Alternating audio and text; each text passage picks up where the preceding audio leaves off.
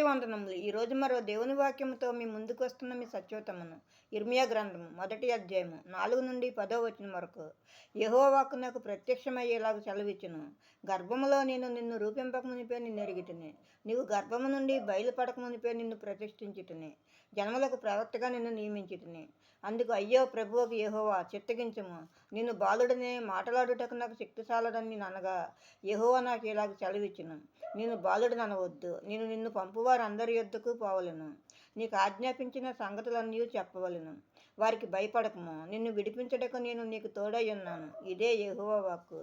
అప్పుడు యెహోవా చేయి చాపి నా నోరు ముట్టి ఇలాగ సెలవిచ్చును. ఇదిగో నేను నీ నోట నా మాటలు ఉంచి ఉన్నాను. పెళ్లగించుటకును, విరగగొట్టుటకును, నశింపజేయుటకును, పడద్రోయుటకును, కట్టుటకును, నాటుటకును నేను ఈ దినమున జనముల మీదను రాజ్యముల మీదను నిన్ను నియమించి ఉన్నాను. ఆమేన్. మరో దేవుని వాక్యంతో రేపు మీ ముందు ఉంటాను. అందరికీ